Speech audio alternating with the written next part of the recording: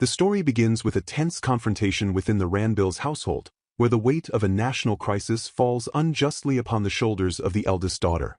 A furious nobleman berates Dorothea, his voice dripping with frustration as he paces the room, demanding she take responsibility for a catastrophe she did not cause. The incident in question involves an allied nation and a grave insult. Sherry, the family's golden child, had the audacity to tell the princess of the Beastman kingdom that she smelled like a beast during a birthday celebration.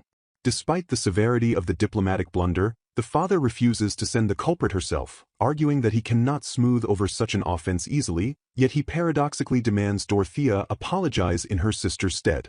His reasoning is callous and pragmatic. He views Sherry, who holds the esteemed title of Saintess, as too valuable to demean, whereas Dorothea is dismissed as an unmarried sister whose only utility lies in her ability to work and serve the family. The disdain for Dorothea is not a new development but a scar etched into her history, as memories resurface of her childhood spent in the shadow of her younger sister. Even as a clever child holding a book to her chest, Dorothea understood the grim reality of her father's words when he predicted her future as a spinster. In the kingdom of Saphir, her appearance, wavy gray hair resembling an old woman's, thin lips and sharp cobalt blue eyes, was considered completely undesirable. Her parents blatantly favored Sherry, whose jade green eyes and silky platinum blonde hair fit the kingdom's standard of beauty perfectly, often buying the younger girl whatever she desired while ignoring the elder. The only attention Dorothea received was in the form of orders to clean up after Sherry, a dynamic that solidified Sherry's reliance on her useful older sister to handle all difficulties while she basked in the adoration of a saintess. In the present, Dorothea maintains a composed exterior while serving tea to her employer, Lady Lorraine, the widow of the Duke of Lilac. Despite Dorothea's attempt to hide her distress, Lorraine's sharp eyes catch the subtle signs of her maid's internal turmoil, noting that Dorothea's stomach pains are a telltale sign of holding back unspoken burdens. Dorothea attempts to deflect the concern by shifting the conversation to professional matters, efficiently reciting a detailed report she memorized regarding trade imports and the impact of weather on the fishing industry. She suggests a strategic pivot to crops for the lilac territory, proving her intellect and value far exceed that of a mere servant. Lorraine listens with admiration, amazed by Dorothea's capability, a sharp contrast to the way Dorothea's own family undervalues her. The narrative reflects on the societal path of noble girls in Saphir, who typically debut at 15 and marry shortly thereafter, or work as etiquette apprentices if they lack prospects. Dorothea, however, began working at 12 to secure a future, fully aware that her awful face caused others to flinch, leaving her isolated without a single marriage proposal. It was Lady Lorraine who extended a hand to the isolated girl, offering her employment and a place of belonging, which Dorothea has faithfully maintained into her 20s. Back in the drawing room, the conversation inevitably circles back to the source of Dorothea's stress, her sister, Sherry. Lorraine sighs, acknowledging the rumors of a potential broken alliance or even war stemming from the insult at the Saintess's festival. The Beast King, Vince Rezanard, has officially demanded an apology, and his reputation as a cruel and ruthless ruler, sometimes likened to a wolf, casts a dark shadow over the mission. Lorraine offers her support, agreeing that sending Sherry would likely exacerbate the situation due to her inability to offer a proper apology. Dorothea accepts the daunting task of begging for forgiveness in a foreign land, resolving to prepare thoroughly before her departure. Days later, Dorothea arrives in the kingdom of Rezanard, a rich and temperate land bustling with diverse beastmen. As she walks through the capital city of Asman, she reflects on the geopolitical reality. The peace of the small Saphir kingdom relies entirely on the protection of these strong beastmen. She feels the weight of her duty to offer a sincere apology to such an important ally.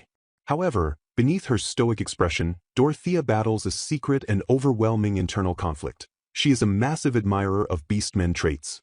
Her gaze darts around the lively streets, bombarded by the sight of twitching ears and swaying tails, causing her to internally scream with delight while maintaining a facade of noble dignity. She fights the urge to touch the fluffy appendages surrounding her, her mind flooded with thoughts of cute and fluff as she navigates the market. The city defies her expectations. Instead of a terrifying realm ruled by a tyrant, she finds a vibrant, welcoming populace. Shopkeepers offer warm greetings and samples, leading Dorothea to question the rumors of the king's cruelty. She rationalizes that his ruthless reputation might be a shield to protect these kind people and his family, realizing that the insult to his sister would naturally provoke a severe response. Upon reaching the castle, Dorothea is greeted by a tall, dark-haired man who introduces himself as Lester, a dog-type beastman and her escort. As they walk through the grand corridors, which are twice the size of the Saphir Castle, Dorothea endures the piercing stares of the castle staff. Distracted by her surroundings and her escort, she accidentally stares at Lester, noting his striking beauty and mesmerizing eyes, forcing herself to snap out of her daze to avoid appearing shallow. Lester pauses to address the large trunk she is carrying, identifying it as the gift of apology for the king and princess. When he asks to inspect it, Dorothea readily agrees, displaying a complete lack of defensiveness that catches him off guard. She asserts that someone traveling solely to apologize has nothing to hide, even offering to let him discard the contents if he harbors any mistrust. Lester's demeanor shifts, his vibe becoming sharper and more probing as he questions her knowledge of the situation. He reveals that he has investigated her background, knowing that she has spent her life cleaning up after her sister. His expression darkens as he speaks of the insult to his beloved princess, admitting his anger stems not just from the rude words, but from the disrespect of the perpetrator failing to appear in person. He condemns the Saphir family for their inability to curb Sherry's selfishness. Sensing the genuine sorrow and anger radiating from him, Dorothea bows her head deeply, apologizing not just to the crown, but to Lester personally. She acknowledges the pain inflicted upon the beastmen, who cherish their kin, and expresses her regret that her sister's words hurt more than just the princess. Lester, intrigued by her sincerity, questions the nature of her apology gift, a proposal to offer her knowledge to benefit the beastman nation economically. Dorothea admits the idea is entirely her own and lacks official authority, born from her personal studies and a desperate desire to negotiate forgiveness. She confesses that while she knows a proxy apology is insufficient, she hopes to ease even a fraction of the anger that eats away at the heart. Lester listens intently, then commands her to raise her head. Dorothea, still unaware of his true identity, defends the king against the rumors of his cruelty. She argues that a truly cruel man would have chosen war, but instead, the king showed kindness by arranging this opportunity for an apology, proving he considers his sister's feelings and wishes to avoid conflict. The tension breaks abruptly as Lester bursts into laughter, his amusement echoing through the hall. He admits that he had sensed something different about her but is now fully convinced she is more than she appears. He remarks that he initially dismissed her as a weirdo sent to clean up a mess, but her dignity and insight have proven him wrong. Without warning, he scoops Dorothea up into a princess carry, ignoring her shocked protest, and dashes forward with supernatural speed that far exceeds human limits. Dorothea clings to him, terrified and embarrassed, as the world blurs around them until they arrive instantaneously at the throne room doors. As the heavy doors swing open with a mere glance from him, the guards stationed inside snap to attention, their piercing stares focused on the pair. He strides into the room, finally dropping the charade to introduce himself properly. He is not Lester the guard, but King Vince Rezanard. Dorothea, regaining her composure, reveals that she had already deduced his identity, despite never seeing his face before.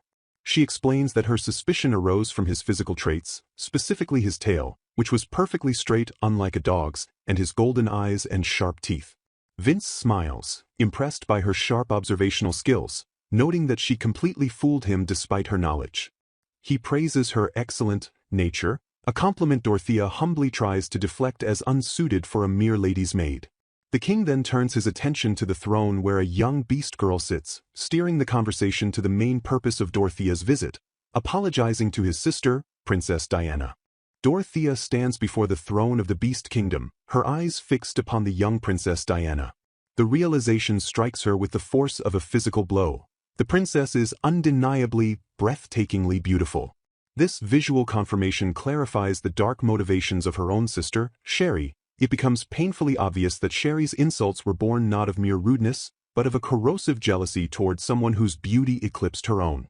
Guilt washes over Dorothea, piling higher with every moment she stands in the presence of the royalty her family scorned. She bows her head low, embodying the shame of her nation, but Princess Diana's voice cuts through the heavy atmosphere with unexpected gentleness. The princess implores Dorothea to raise her head. Diana declares that she holds no ill will regarding the incident, stating plainly that there is no need for Dorothea to apologize at all. Confusion ripples through Dorothea as she processes this forgiveness. She questions the princess's assertion, wondering if Diana truly feels nothing or if she is simply suppressing her emotions for the sake of politics. It is then that King Vince Rezanard steps into the conversation, his imposing figure dominating the space. He explains the machinations behind the scenes. The demand for an apology was his own suggestion, crafted not because Diana was wounded, but to quell the rising anger of their subjects. The theater of this diplomatic meeting was orchestrated to honor the feelings of the beastmen who were furious on their princess's behalf. Vince shifts his focus to Dorothea, his golden eyes narrowing with keen interest. He commends her intellect, noting that she has seen through the layers of courtly pretense. He points out that her hearing is exceptional, several times better than a human's, and deduces that she utilized this ability to gather information during her journey. Dorothea attempts to deflect the praise, attributing her insight to knowledge gleaned from books, but Vince is not easily dissuaded. He remarks that his laughter had drawn people in from afar, a subtle test of her perception which she passed. He confesses that he had been prepared to lodge another formal protest against the kingdom of Saphir if her apology had lacked sincerity. While Diana remained unbothered, Vince admits he harbored irritation toward Sherry. However, Dorothea's conduct has disarmed him. He appreciates that she prioritized a sincere apology over merely offering a gift to make the problem vanish. The tension in the room dissipates, replaced by a sense of resolution. Vince confirms that Dorothea's feelings have reached everyone in the hall properly. Yet, as the political weight lifts, Dorothea's internal discipline begins to fracture. Her gaze drifts to the princess's twitching ears, and her inner monologue screams with an overwhelming desire to touch them. The fluff, obsession that she keeps hidden behind her stoic expression threatens to break her composure.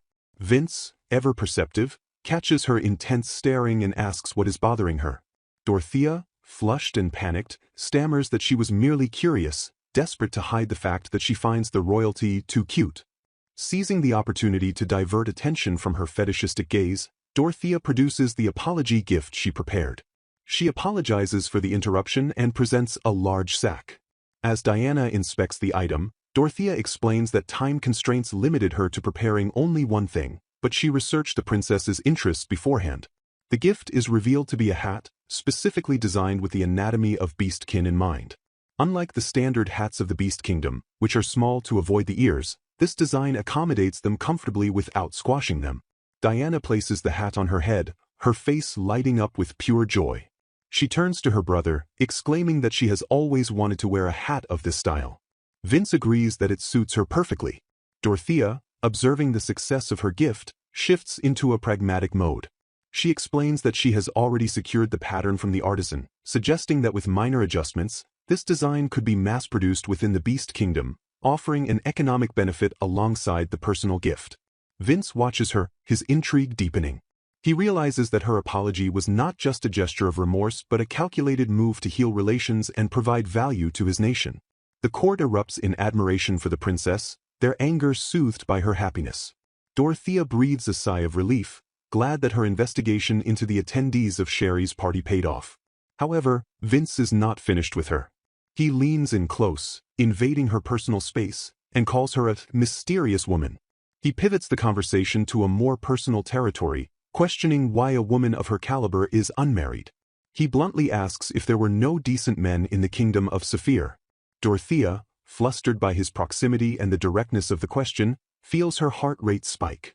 Vince continues his interrogation, his voice dropping to a low, serious tone. He questions why she feels the need to hide her capabilities. Dorothea, self-deprecating, insists she is the complete opposite of her sister and the princess, believing that men prefer their type of beauty over her own. She recites the painful truths she has internalized. Her appearance is not accepted in her country. Vince rejects this premise entirely. He insults the men of Saphir, claiming they have no eye for true beauty. He leans closer, whispering that her slender figure is alluring and her sharp, cool eyes are beautiful. Dorothea's mind begins to shut down under the assault of his compliments. She begs him not to tease her, unable to process that a king would speak to her this way. Vince counters that he is the type who cherishes cute things, and her innocent reactions are irresistible to him. He analyzes her character aloud. She reacts with adorable innocence one moment, then casually drops information that could shake a nation the next. He surmises that in Saphir, women are likely taught to suppress their competence to avoid outshining men. Dorothea denies this, clinging to her belief that her face is the problem, but Vince waves this away. He asserts that her family is simply too foolish to recognize her genius. Vince then reveals the depth of his investigation into her. He knows not only about her skills in information gathering and perception but also her private, desperate desire to get married. Dorothea is mortified, wondering how he could possibly know such a personal secret. Vince points out that her fear of being left on the shelf, forever alone, is written all over her. He steps in for the final strike, stating that her unconscious brilliance permeates everything she does, and because of that, she will never find a match in Saphir. He offers a solution that shatters Dorothea's world. Just become my wife. Dorothea freezes, her mind reeling. She stares at him, convinced this must be a cruel joke. Vince's expression remains deadly serious. He lists the qualities he admires in her: her talent, her courage, her kind heart. He declares plainly, "I like you, Dorothea," and asks her to be his wife so he can treasure her. Dorothea attempts to rationalize the situation, telling herself that a viscount's daughter from a foreign land cannot possibly match with the king of the beastmen. Vince acknowledges her disbelief as a natural reaction, noting she isn't the type to blindly accept a proposal from a stranger. The onlookers in the throne room begin to whisper, noticing the king's intense pursuit and Dorothea's flushed face. Raven, an advisor with rabbit ears, steps in to suggest that Vince is scaring her and that he should let her go. Princess Diana chides her brother for clicking his tongue in annoyance at the interruption. Vince reluctantly steps back, allowing Dorothea a moment to breathe. Seizing the opening, Dorothea attempts to make a graceful exit. She bows once more, reiterating her apology and preparing to leave the castle and return to her country, believing her mission is complete. However, as she turns to leave, Vince's voice rings out, cold and authoritative, "Who said you could leave?" Dorothea freezes, terrified that she has committed a fatal error. Vince looms over her, correcting her assumption. He admits that while her apology was received, he never actually stated that he forgave her. Dorothea is baffled, pointing out the contradiction. Vince delivers his ultimatum with a smirk. He has no intention of forgiving her unless she meets his sole condition.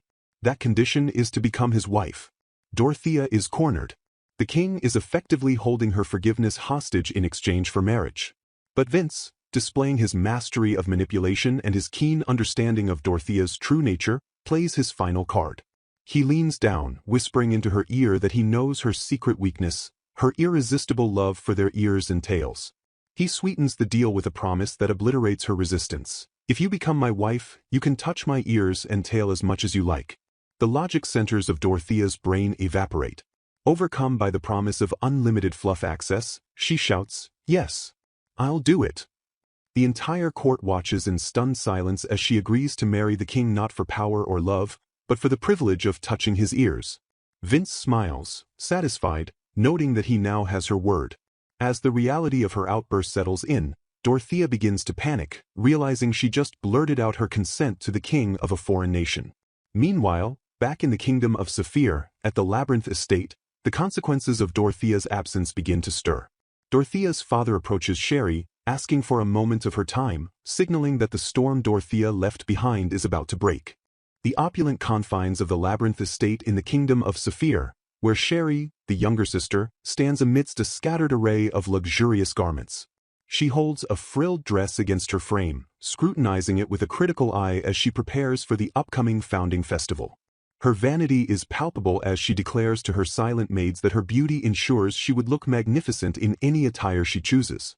However, this confidence is immediately undercut by her petulant complaint that the dresses in her possession are all old, despite the fact that many were purchased merely days ago or received as gifts during her recent birthday celebration. Her father enters the room, apologizing for the interruption, but Sherry barely acknowledges his presence, her mind entirely occupied by her wardrobe and her fiancé, Prince Kevin. She wonders aloud when Lord Kevin intends to present her with a new gown, noting that it has already been 2 years since she became the fiancé of the third prince of Saphir. With only 1 month remaining until the founding festival, her impatience grows, yet she quickly rationalizes his negligence.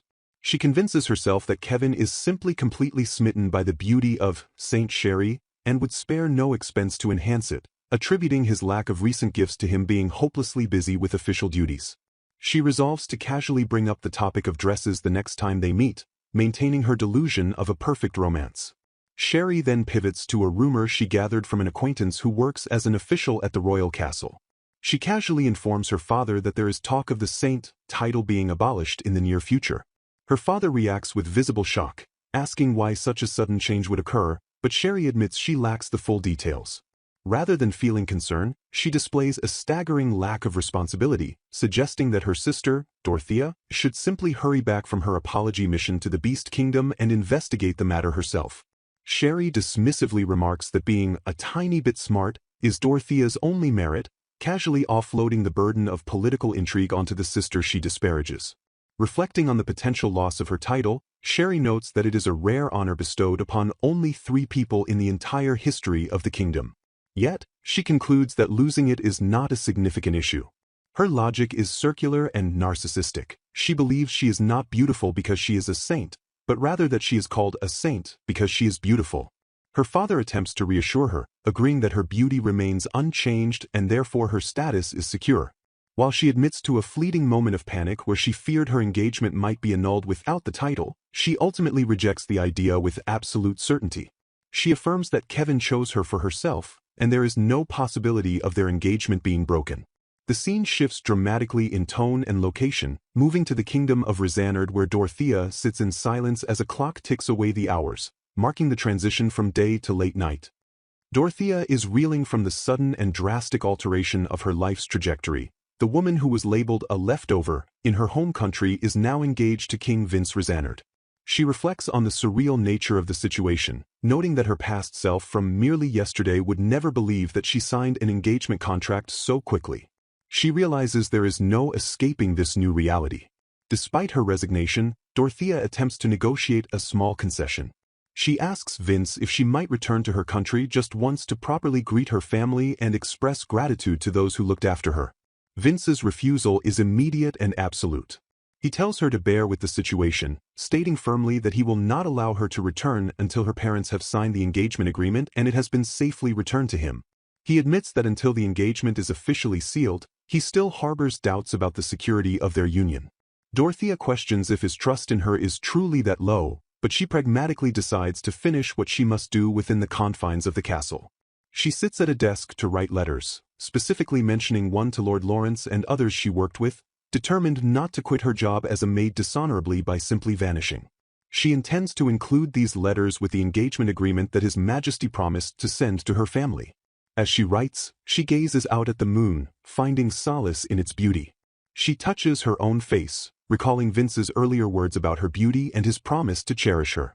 For a woman who had never heard such affirmations before, the memory brings a genuine, quiet happiness, regardless of what the king's true hidden motives might be.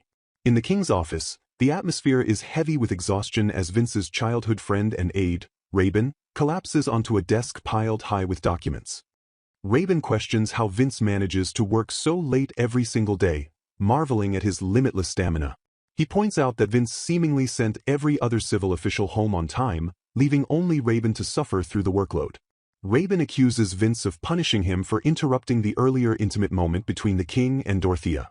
Vince denies the accusation of anger, coolly stating that he merely felt like making Rabin help him, justifying it by claiming his frail childhood friend needs the exercise. Rabin presses further, asking if Vince has truly fallen for Dorothea, noting that he has never seen the king so fixated on anyone before. Vince pauses to reflect, admitting that he first learned about Dorothea while investigating her sister, Sherry. He discovered her history of cleaning up her younger sister's messes and her inability to marry, which led to her working as a maid. He admits that before he even met her, he had taken an interest in her, intrigued by the woman who called him kind rather than cold. However, upon meeting her in person, Vince reveals that any shallow interest evaporated, replaced by something far more profound. He recalls how she bowed her head to him when she thought he was a mere knight and expressed a sincere desire to ease the pain in his heart. He describes her as a strange woman, but confesses that he had already fallen for everything about her by the time he realized it. He declares that Dorothea will probably be his first and last woman, acknowledging that this is the first time in his life he has ever experienced such feelings. Vince expresses a fierce possessiveness, stating he is glad that the men of the Saphir Kingdom failed to see her worth. He asserts that if Dorothea were already someone's wife, even he would have been unable to pursue her, implying he respects the sanctity of marriage but is thankful it does not apply here. He vows absolutely to make her his wife. Rabin advises him to hurry up and tell her, teasingly warning Vince not to fall too hard, though he notes it is obvious Dorothea is interested in Vince. Raven deflects the teasing back onto himself, revealing that he has liked someone else, a childhood friend he refers to as an angel, for a long time, but she only sees him as a friend. Raven dismisses his own situation, claiming she doesn't carry the messy emotions that he does. Vince returns to the problem at hand: how to win Dorothea over after practically forcing her to sign the marriage agreement. He sighs, recalling her reaction to his ears and tail, and decides that allowing her to touch them might be his best strategy, as she looked pretty adorable during the interaction. He then elaborates on why he refused her request to return home. He admits he regrets not letting her go temporarily, but he is terrified that some random man might take her away if she is not officially his fiancée. He explains that once she is officially betrothed, he can protect her from anything, specifically citing his inability to stand the thought of her being mistreated by her family again. As the conversation winds down, Vince stares out the window, seemingly talking to himself. He recites a fact about his species: wolves choose only one mate in their lifetime and love them for life. He notes their purity and devotion, stating that even if they lose their mate, they never take another. With a heavy heart, he apologizes silently to Dorothea, acknowledging that no matter what happens, he can never let her go. His internal monologue reveals a desperate urgency. He begs her to fall in love with him, wishing for it to happen as soon as possible, even a second sooner. Water splashes violently across Dorothea's face, dripping from her chin and soaking the front of her dress as the maid, Nuts, recoils in absolute horror.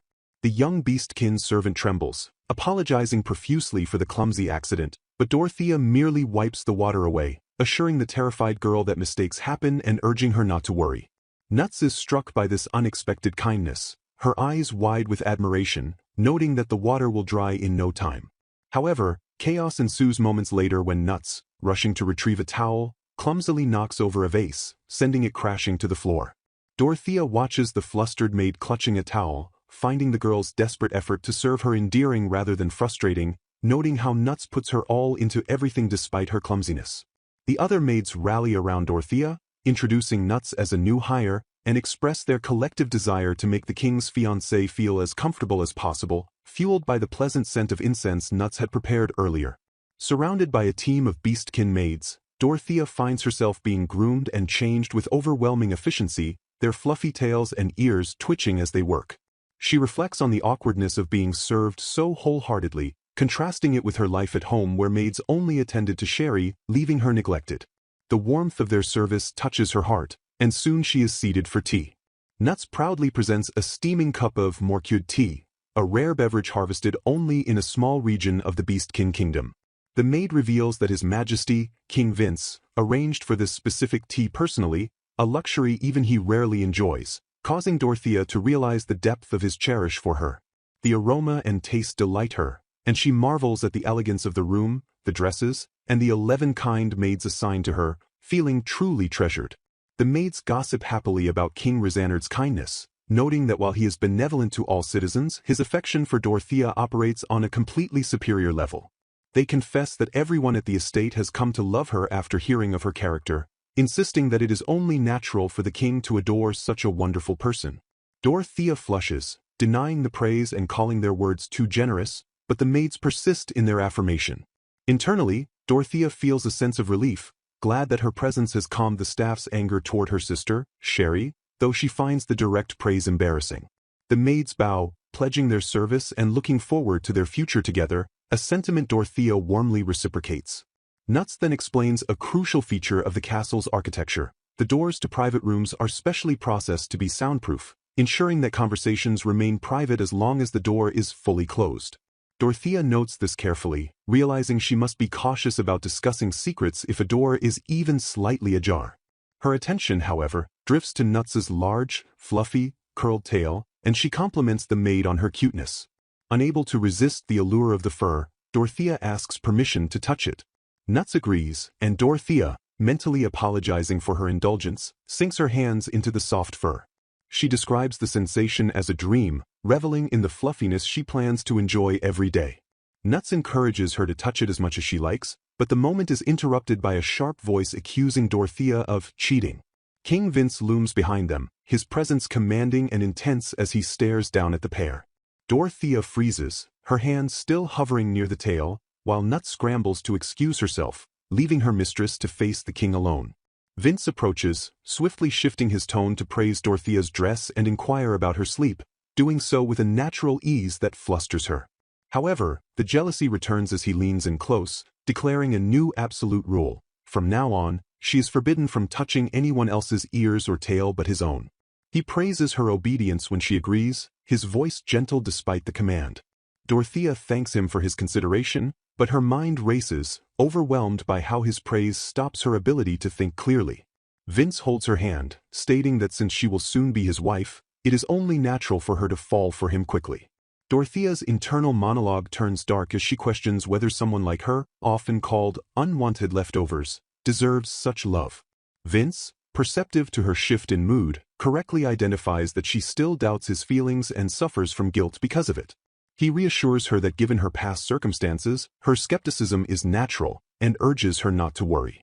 To prove his devotion and comfort her, he lowers his head, offering his own ears for her to touch as much as she wants.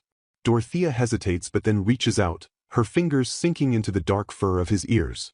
She marvels at the texture, finding them softer and warmer than she imagined, and decides that guilt is unnecessary in the face of such cuteness. Vince closes his eyes, admitting he is in bliss and wishes the moment could last forever, but he suddenly catches her hand.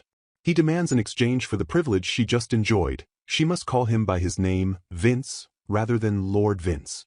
Dorothea stammers, overwhelmed by the intimacy of the request and his pleading expression. Flushing deeply, Dorothea gathers her courage and whispers his name. Vince responds with a satisfied smile, and Dorothea notices his tail wagging furiously behind him, betraying his immense happiness. She realizes he is truly reacting with joy just because she spoke his name, strengthening her resolve to accept his love without doubt. Emboldened, she asks for a request of her own, to stay by his side as his personal maid so she can learn more about him and judge his character for herself. Vince agrees to the arrangement. The scene shifts to the king's office, where officials are drowning in a mountain of paperwork. Suddenly, the papers are processed at lightning speed, disappearing from the messy piles. The officials look up to find the once cluttered office spotless and organized, the massive documents neatly filed away before they even noticed. Dorothea stands amidst the pristine room, explaining that she has finished the paperwork, compiled the information Vince requested, and is now going to prepare tea. Vince thanks her, calling her truly exceptional. The officials whisper among themselves, convinced she cannot be a mere maid given her capability. Dorothea humbly insists she is just a maid, but then proceeds to point out a small discrepancy in a document, correcting an oversight the officials missed. The officials are floored, viewing her as a savior and practically an official herself. Vince, amused and proud, grants her permission to learn as much as she likes about the country and help him, recognizing her hunger for knowledge. Dorothea beams, happy to be trusted and helpful. As Dorothea rushes through the hallway to prepare tea for the officials, she collides with a woman wearing a distinctive hat. The woman greets her as sister-in-law, revealing herself to be Princess Diana. Dorothea tries to correct her, stating she isn't officially engaged yet, but Diana insists on the title. Diana explains that her brother has rejected dozens of marriage proposals instantly, so his choice of Dorothea makes the marriage a certainty in her eyes. Dorothea notices Diana is wearing the hat she gave her, even inside the castle.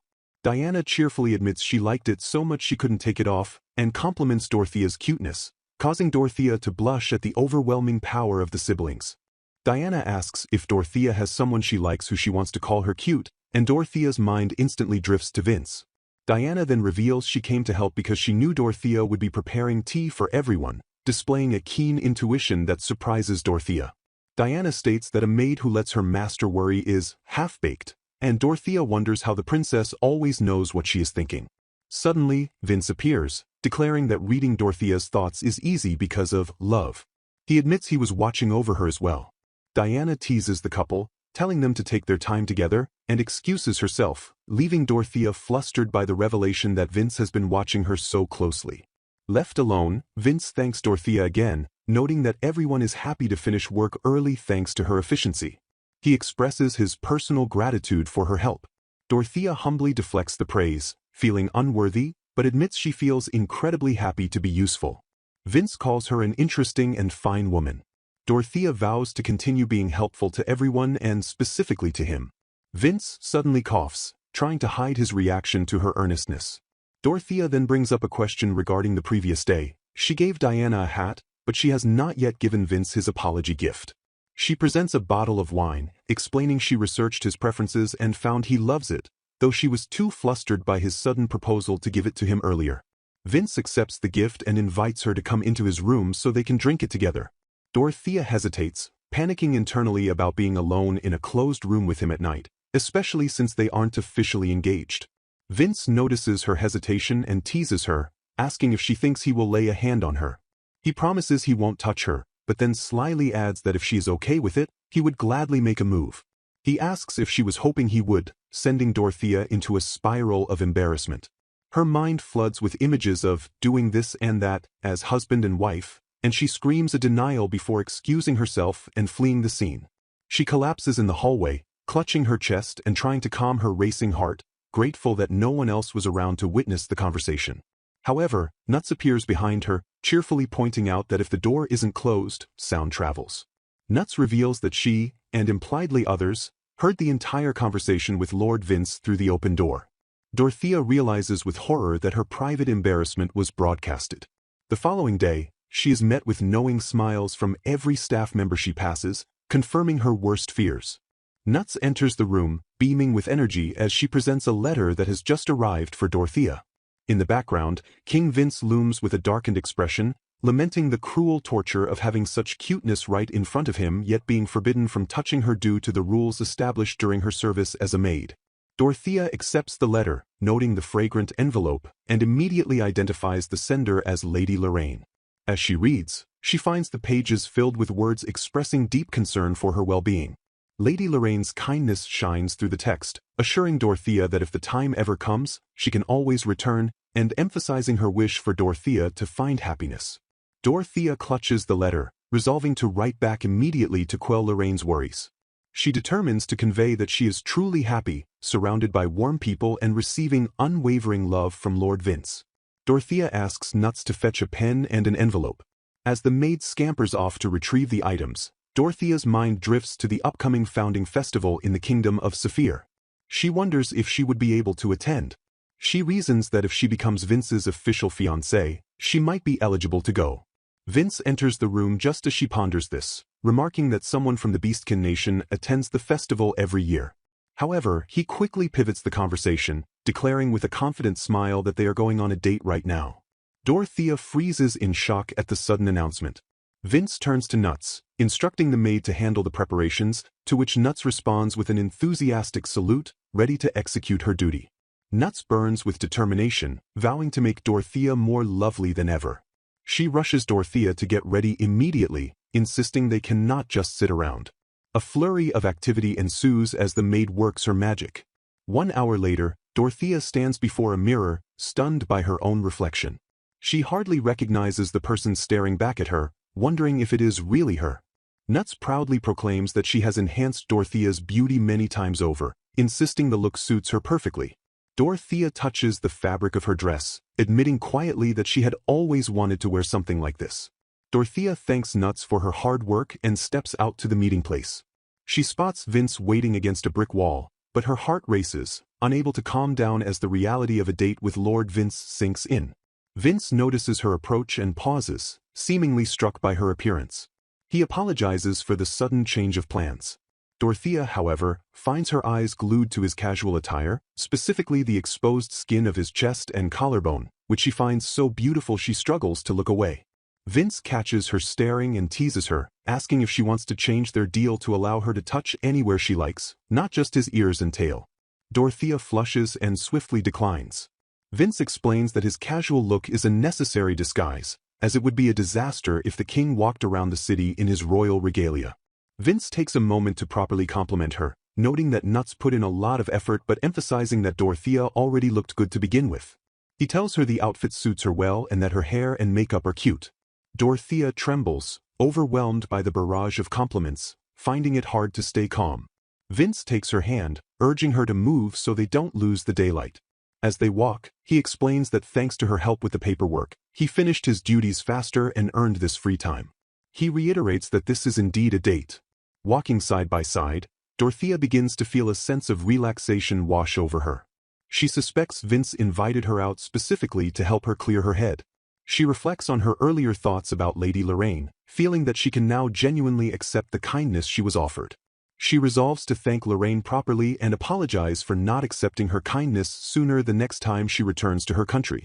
She credits Vince for giving her the confidence to acknowledge her own abilities. Vince suddenly stops, his expression sharpening with jealousy. He accuses her of thinking about something other than him during their date. Before Dorothea can explain, he pulls her close and nibbles gently on her ear. He whispers that for wolves, nose-touching and gentle nibbles are mating gestures. Dorothea blushes furiously, her mind reeling. Vince declares his intention plainly. This date is to make her fall for him. He commands her to keep her thoughts on him and only him. Dorothea admits internally that her head is already filled with nothing but thoughts of him. They arrive at a bustling market square. The noise and vibrancy of the town catch Dorothea's attention immediately. She points excitedly at something unusual, her curiosity momentarily overpowering her embarrassment about holding hands with the king. She drags him toward a stall. Vince watches her, noting that the town he knows so well looks brighter simply because she is by his side. He finds her excitement adorable. The crowd around them whispers, noticing the lovey-dovey couple. Vince, unfazed, loudly remarks that his future wife is too cute, causing Dorothea to panic and try to hush him. They stop at a food stall, where Dorothea savors the spices that whet her appetite. Vince encourages her not to hold back and to order whatever else she likes. Dorothea enjoys a light and refreshing fruit, soaking in the atmosphere. She observes the ordinary, everyday scenes around her and realizes that just watching them makes her feel incredibly happy. As they continue their stroll, a young beastkin man approaches Dorothea, holding a large, beautiful flower. He bashfully asks her to accept it. Dorothea, assuming it is a gesture of hospitality or a sale, politely thanks him and accepts it. Suddenly, the man looks past her, turns pale, and screams an apology before sprinting away in terror. Dorothea stands confused, holding the flower, wondering why he ran off. Vince stands behind her, his presence clearly the cause of the man's flight, though he feigns innocence and asks if she is tired. They sit on a bench under a large tree. Dorothea remarks on how peaceful and wonderful the country is. She expresses a desire to protect this happiness and help make the country more prosperous. She wonders aloud if she can become a worthy queen. Vince reassures her immediately, stating that if it is her, there is no problem. He asks her to focus on accepting his love first before worrying about the weight of the crown. Dorothea realizes she never gave a clear answer to his proposal. She reflects on the past week they spent together and how his kindness protected her. She turns to him and thanks him sincerely for proposing to her. She admits the date was fun and she learned a lot, but emphasizes that simply holding his hand made her happy. She resolves to stop relying on him forever and properly express her feelings. She tells him that his love reaches her clearly. However, she falters, admitting she is still not confident enough in herself. Vince looks puzzled and asks if she is referring to her appearance. Dorothea apologizes, unsure how to explain. Vince asks if she didn't notice the way everyone was looking at her today. Dorothea attributes her lack of confidence to how she was treated in the kingdom of Saphir. Vince brings up the man from earlier who gave her the flower. He reveals the true meaning behind the gesture. The flower signifies a request to talk to someone as cute as you. Dorothea is stunned, having assumed it was just a friendly gift. A flashback strikes Dorothea, her sister Sherry mocking her, laughing that cute clothes don't suit her and calling her ridiculous for trying. Sherry's voice echoes in her memory, claiming Dorothea is just chasing what she doesn't have. Vince cuts through the painful memory, stating firmly that Dorothea is smart and adorable. He admits it annoys him that other guys think so too. Dorothea asks if she really isn't ugly, knowing Vince wouldn't lie just to comfort her. She points out her height and lack of delicacy, but Vince dismisses her insecurities. He declares her the most lovely and beautiful woman of all. Dorothea overheats, her heart pounding violently against her ribs. For the first time in her life, she feels she can like how she looks. She thanks Vince, his words sinking deep into her heart. Vince is glad she has gained confidence, but his expression shifts to possessiveness. He warns her that he would be annoyed if pests started hanging around her. He tells her not to become too cute, leaving Dorothea confused by the contradictory instruction. The scene shifts abruptly to the Ranville residence in the kingdom of Saphir. Sherry stands before Lord Kevin, pouting.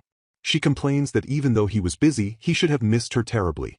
She notes internally that normally he would hug her back, and finds it odd that he isn't reacting to her cuteness or the fact that she is hugging him. Oblivious to his cold sweat and panicked expression, she cheerfully demands a frilly red dress for the upcoming founding festival. She giggles, saying she is really looking forward to it.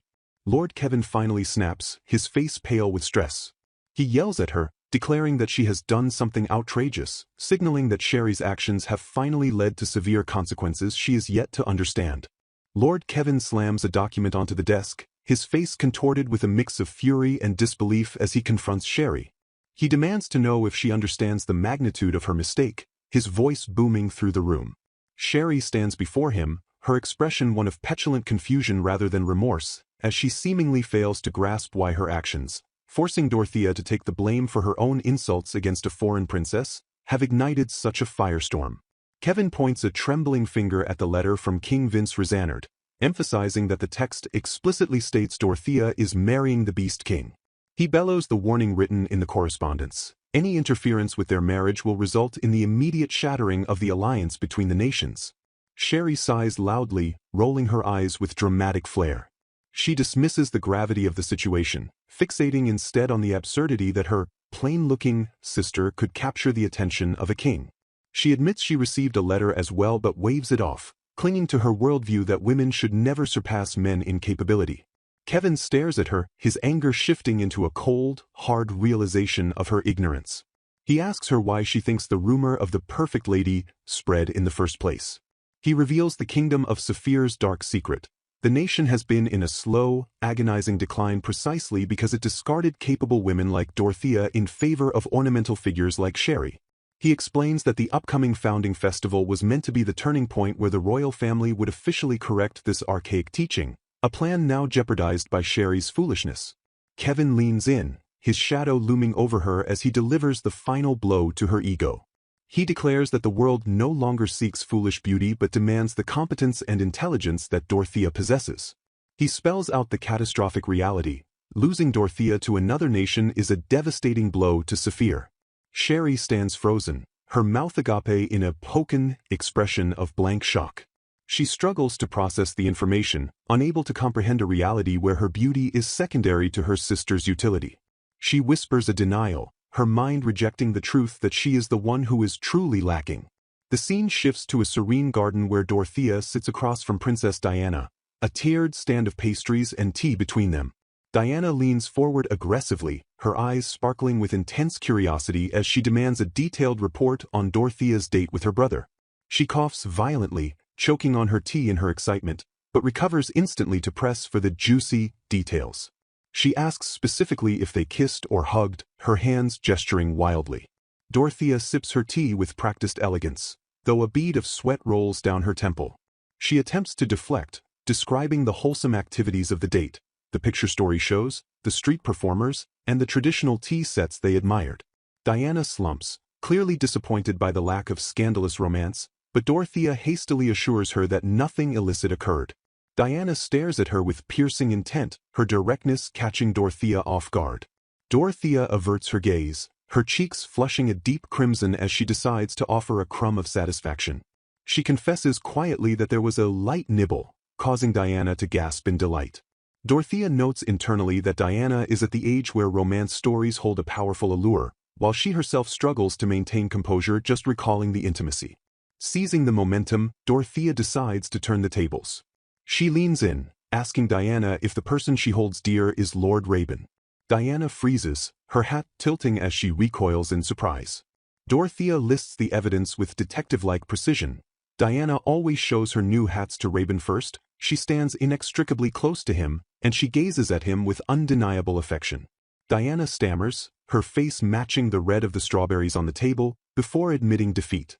She confesses that she has loved Raben since childhood but laments that he only sees her as a little sister, stalling any romantic progress. She reveals the existence of a Team Princess Love supporters group in the castle, a detail that surprises Dorothea. Dorothea smiles warmly, thanking Diana for sharing her secret.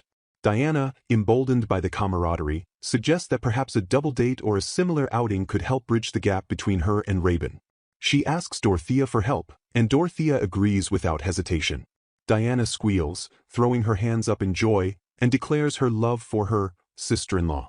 She then resolves to take the plunge and invite Raven to the upcoming Star Moon Festival. She mentions a legend associated with the festival, her eyes shining with the hope that the lore might aid her romantic conquest. The narrative jumps to the dead of night inside the castle office. The room is dimly lit, shadows clinging to the bookshelves lining the walls. Dorothea sits at a desk, a mountain of paperwork before her, her quill scratching tirelessly against the parchment. Suddenly, the door creaks open, and King Vince enters, his brow furrowed in confusion. He asks why she is working on her day off. Dorothea jumps, caught in the act, and stammers a greeting.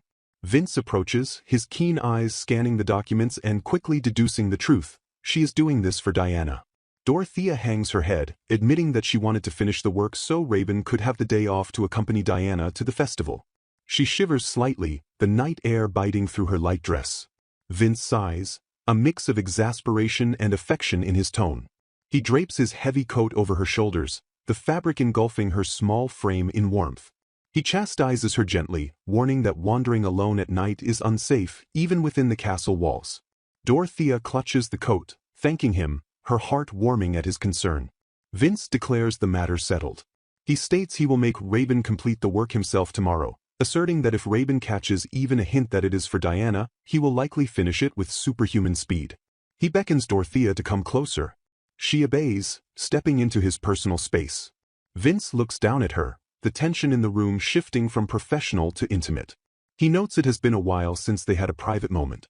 Dorothea finds her gaze drifting to his ears, the urge to touch the fluffy appendages overwhelming her. She admits her desire aloud, asking if she can touch them.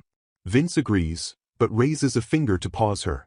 He sets a strict condition. She must maintain eye contact with him while she touches them. Dorothea hesitates, her confidence wavering. She recalls his previous promise that she could touch him freely, but Vince stands firm, insisting that she cannot touch him unless she looks at him.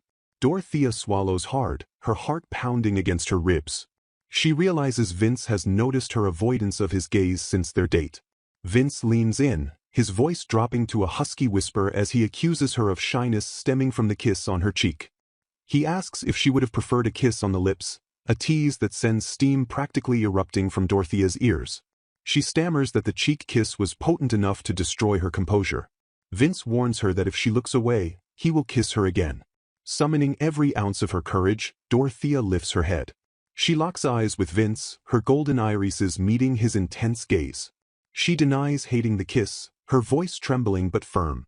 Vince softens, telling her he knows everything when it comes to her. He praises her for finally looking at him.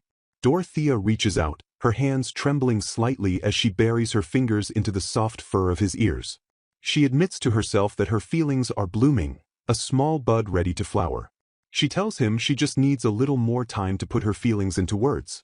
Vince smiles, content to wait, as Dorothea loses herself in the fluffiness, a serene smile gracing her face. Nuts, the spirited cat-eared maid, bursts into the room with infectious energy, holding up a garment with an expression of pure triumph.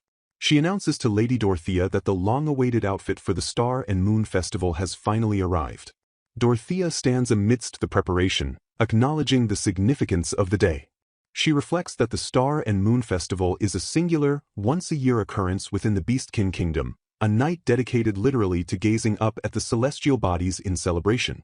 Nuts confirms the itinerary, her tail likely twitching with excitement as she describes how stalls line the streets and how citizens, both adults and children alike, stay up late into the night to enjoy the food and the sky.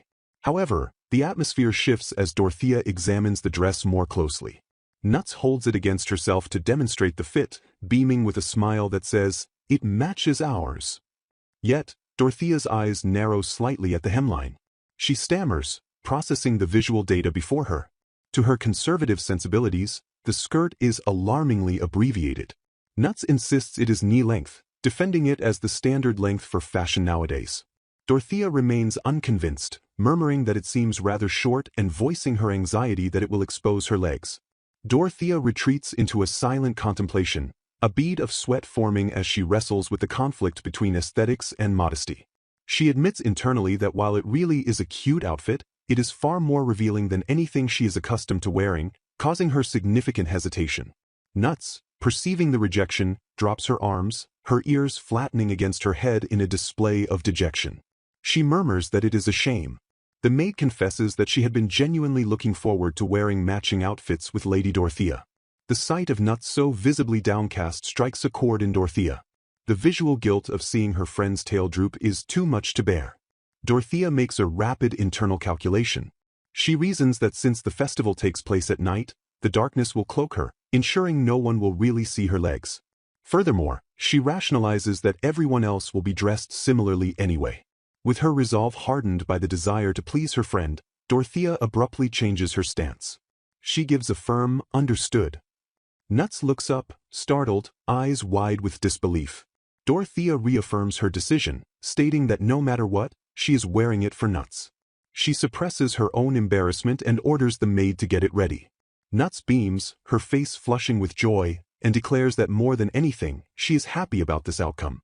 Dorothea smiles gently, telling herself it will be fine. The reality of the fitting, however, proves far more severe than the anticipation. Standing alone in front of the mirror, Dorothea panics.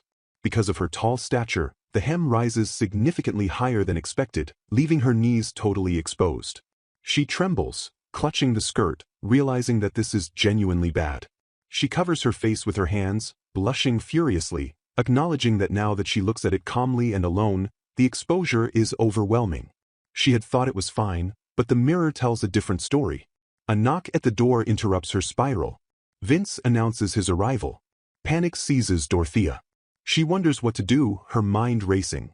She considers changing into something else, but immediately counters that thought with the realization that doing so would make Nuts incredibly sad. She paces in circles, agonizing over the dilemma. The idea of showing Lord Vince herself in such a state feels impossible. The door opens, revealing Vince standing in the corridor. He steps into a room that is pitch black. He questions why it is completely dark inside. From the shadows, Dorothea's voice trembles as she explains that she needed a bit of courage to show herself. She begs him to wait just 1 minute. Vince, ignoring the plea for delay, steps across the threshold, simply stating, "Got you," as he locates her effortlessly in the void. He wraps his arms around her waist. Dorothea, though flustered, finds solace in the lack of light, noting that it is good that it is dark because she cannot see a thing. Vince asks if he may talk to her while she musters that courage. Dorothea agrees, feeling that this arrangement is acceptable. She prefers talking in this position rather than having her bare legs seen. Vince offers her a choice. Should he turn on the lights, or should they keep it like this? Dorothea, grateful for the support without hesitation in the darkness, chooses to remain obscured. Vince shifts the conversation to political matters. He asks if she knows about the upcoming founding festival in the Kingdom of Saphir. He explains that this is what he wanted to discuss and proceeds to invite her to accompany him there as his fiancée. Dorothea is taken aback, reminding him that the engagement document hasn't actually arrived yet. Vince remains undeterred, insisting that she allow him to take her, arguing that it is important to appear as his fiancée for the future as well. He then pivots to a sharper inquiry, asking if her parents can at least read. Dorothea admits that this is exactly what she wanted to ask as well. She apologizes for them, acknowledging that one could say they are bad at paperwork. Vince bluntly deduces that they are likely struggling with the paperwork because they are idiots and it is late. He praises Dorothea, noting that she has been making up not only for her sister but also for her parents' shortcomings. Dorothea humbly accepts the praise but remains focused on the task. Vince adds that she would likely want to meet and talk with the Duke and Duchess Lilac as well. Dorothea expresses her gratitude, thanking Lord Vince profusely. Vince reminds her that he will be greeting them too, noting that they were the ones who looked after her, so there is no need for her to apologize. He reaffirms his commitment, stating that even if they don't make it in time for the founding festival, he will bring her as his fiancée regardless. The heavy conversation concludes, and Dorothea's mind drifts back to her immediate physical problem. She thinks that even if they are engaged, she still cannot show him this outfit. Sensing her internal monologue, Vince suddenly begins to chuckle. Dorothea asks why he is laughing. Vince muses that perhaps because she was so flustered, it took her longer than usual to notice. Dorothea pauses, realization dawning on her. She asks if his nocturnal nature means he can see well at night. She connects the dots. That is how he knew exactly where she was earlier. Vince confirms her suspicion with a single word, correct. Dorothea is mortified, realizing that this means he has been seeing her in this outfit the entire time. Vince, with a predatory calmness, confirms that he has been seeing her beautiful legs the entire time. He then shifts to a tone of possessive exclusivity. He declares that he is the only one allowed to see her like this. He orders her to change into another outfit right away. He states flatly that he cannot let her go outside in that outfit. Dorothea apologizes mentally to Nuts, accepting the directive. Later, the couple walks through the vibrant streets of the festival. Dorothea is now dressed in a long, elegant gown that covers her completely. The crowd is dense, and the atmosphere is electric with celebration. Vince holds her hand, warning her that even if she trips, he will catch her. Dorothea points out the stalls exclusive to the Star Moon Festival and asks to take a look. Vince grants permission but playfully admonishes her not to go running and tripping. As they walk, Dorothea is overwhelmed by the sensory input of Vince's presence. She feels deep affection radiating from the hand holding hers and from his eyes. She finds herself distracted, thinking that his sex appeal is so potent that it completely overshadows the cuteness of his ears and tail. She gazes at him, thinking he looks incredibly attractive and perhaps too handsome today. They approach the girl. Dorothea asks if it would be all right to talk to her. Suddenly, a voice calls out, "Big sis? There you are." A younger, also crying sibling rushes forward. Another set of footsteps follows as the parents arrive, scolding the child for running off all of a sudden. The mother exclaims she looked everywhere. The reunion is emotional. The lost girl wipes her eyes and confesses the source of her distress. She sobs that she really isn't cute. She explains that another girl keeps calling her ugly and bullying her. The pain runs deeper. She cries that people always say her little sister is cute, but she is just plain.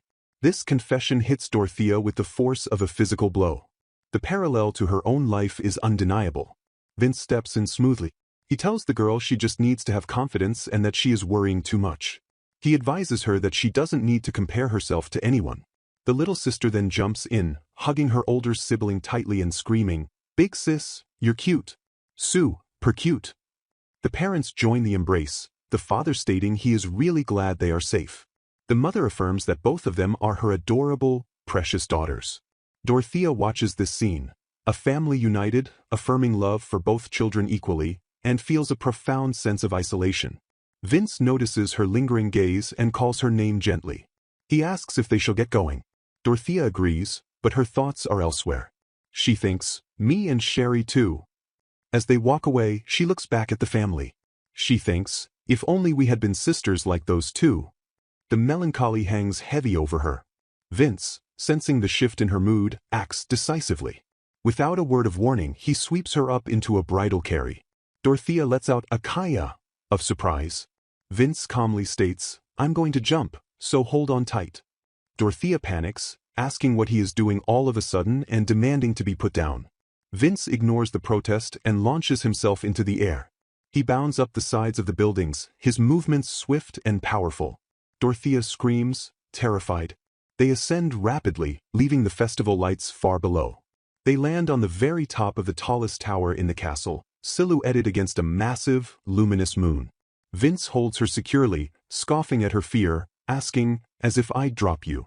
He points out that the higher they are, the closer they are to the stars and moon, making it more enjoyable. Dorothea, terrified, clings to him desperately, shouting that if she falls, she will die. She begs him not to let go no matter what. Vince smirks, noting that if they go somewhere high, she clings to him. He remarks that this is good to know. Dorothea stammers that she is not very good with heights. Vince's expression softens, and he assures her deeply that even if he dies, he won't let go. Dorothea finally opens her eyes to the view. It is magnificent. The castle spires reach up toward a sky filled with stars. She marvels that the stars and moon are beautiful. Vince invites her to look. Dorothea feels like she could reach out and touch the sky. She thinks to herself that she never imagined a day like this would actually come. She whispers Vince's name, overwhelmed by the beauty. Vince, still holding her, tells her there is no need to thank him. He claims he just wanted to come here himself and tells her not to lie when she tries to thank him. Dorothea sees through his deflection. She realizes it is a silent confirmation. She knows he noticed she was feeling down and tried to cheer her up. Her mind returns to the source of her sadness. Watching those little girls earlier reminded her of herself and her sister, Sherry. She reflects on the pain of her childhood. Ever since they were little, her parents and everyone around them were always comparing them. It became worse, especially after Sherry gained the title of saint. Dorothea acknowledges that considering Sherry was raised in that environment, it is no wonder she ended up looking down on Dorothea just like the parents did. She admits they weren't exactly a heartwarming pair like the sisters they just saw. Dorothea thinks that if she had looked more like Sherry, maybe things would have been different. Even now, she sometimes still thinks about it. She admits that she wanted her love to be accepted as if it were natural. She fantasizes about a reality where they could have been a close-knit family, playing happily together as sisters. She wanted her parents to gently pat her head. She confesses to herself that she couldn't help but feel jealous seeing a reality she never had come true for someone else. But then she looks at Vince. She thinks about her current life. She gets to touch his tail and ears. She gets to study every day, and everyone around her is so kind. She is told, "Thank you, and you're cute." She realizes her heart is at peace now. She tells herself she is not dissatisfied with her current life. She wonders if perhaps it is because she is so happy now that she remembers the sad things. Vince interrupts her thoughts, his voice cutting through the wind. He tells her that he cannot be her parent or her sister. He adds firmly that he doesn't want to be. He looks her in the eyes and declares that instead, he would tell her every day how cute she is and that he loves her. He pulls her closer. He states his true intention. He wants to make her happy as her husband. He wants to take her as his wife. Dorothea blushes, stunned by the directness of his proposal. Vince continues, validating her entire existence. He tells her she did so well. He acknowledges that she has always been made to clean up after the kingdom and its people, and that it must have been hard. He affirms that even with talent, not everyone could have done what she did. Vince lists the things he observes about her. How she is strangely honest when it comes to her desires, how she gets flustered easily because she is not used to men, and the way she puts others' feelings before her own. He says he could go on and on. He concludes with absolute certainty that everything about her is precious to him. Dorothea is overwhelmed with the urge to cry, feeling a deep, tender emotion she has never felt before. Vince holds her tight under the moonlight. He makes a final promise. He will love her so much that she will be able to laugh off the past. He commands her gently to hurry up and accept him. The romantic tension on the balcony reaches its breaking point as King Vince leans in, his lips hovering mere inches from Dorothea's. The world seems to narrow down to just the two of them until a loud, innocent voice shatters the atmosphere. A child in the crowd below points upward, screaming to the masses that the big brother and big sister are about to kiss. The spell breaks instantly. Dorothea recoils, her face erupting in a blaze of mortification as she realizes their intimate moment has become a public spectacle for the entire festival. Vince clicks his tongue, visibly annoyed by the interruption, though he notes with dry irritation that the kid has an impressive set of lungs to be heard from such a distance. Unable to bear the scrutiny, Dorothea begs him to take her away, and they retreat from the balcony. Vince walks her back to her room, the festive noise fading behind them. He apologizes for the interruption, but quickly shifts the topic to domestic matters, reminding her that she is scheduled to move into the consort's quarters the following day. Dorothea confirms her readiness, though her mind drifts to the layout of her new living arrangements. The consort's room connects directly to the king's chambers, separated only by a single door. She recalls her initial refusal to accept the proposal without a physical barrier, which led to the installation of a lock between them. She reminds Vince of their agreement. Since they are not officially engaged yet, neither is to cross that threshold unless it is an emergency. Vince agrees to the condition with a deceptive calmness before leaning in to whisper a dangerous promise. He warns her that in half a year, once they are married, he will remove that lock permanently, and she had best be ready for it. Dorothea stammers a compliance, overwhelmed by the intensity of his long-term intent. The following day, Dorothea finds Vince and decides to clarify a piece of cultural trivia she learned during the festival. She asks him about the legend of the Star and Moon Festival, explaining that she heard, supposedly from Lord Raven, that kissing a loved one on the ear during the festival brings a little bit of happiness. Vince freezes, his expression darkening as he instantly deduces that his aide, Raven, intentionally fed her false information to cause chaos. He looks down at Dorothea, asking if she truly understands the implication of what she did to him the previous night. Dorothea, innocent and confused, shakes her head. Vince decides to correct the record. He leans close, his voice dropping to a seductive whisper, and reveals the true meaning of the legend. Kissing the ear of a beloved on that night is a nonverbal invitation to sleep together in the same bed. Dorothea turns a shade of red that rivals the festival lanterns. Vince ruthlessly presses the advantage, teasing that since she was the one who kissed his ear, she was effectively the one making the move. He offers to take her to bed right then and there if she wishes. Dorothea flails in a panic, apologizing profusely for her ignorance. Vince eventually relents, stepping back but muttering that he will be touching her later to make up for it. As he leaves the room, he leans against the wall, clutching his face in a struggle for self-control, wondering if Dorothea is trying to destroy his sanity. He silently vows to work Raben to death the next time he sees him as punishment for this prank. The narrative shifts abruptly to the Sapphire Kingdom, within the lavish Ranville residence. Sherry, Dorothea's sister, steps out of a bath, wrapped in a towel and radiating self-satisfaction.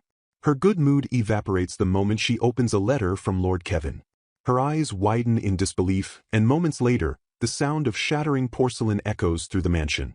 Her parents rush into the room to find Sherry standing amidst the wreckage of a flower vase, trembling with rage. She thrusts the letter at them, screaming about the injustice.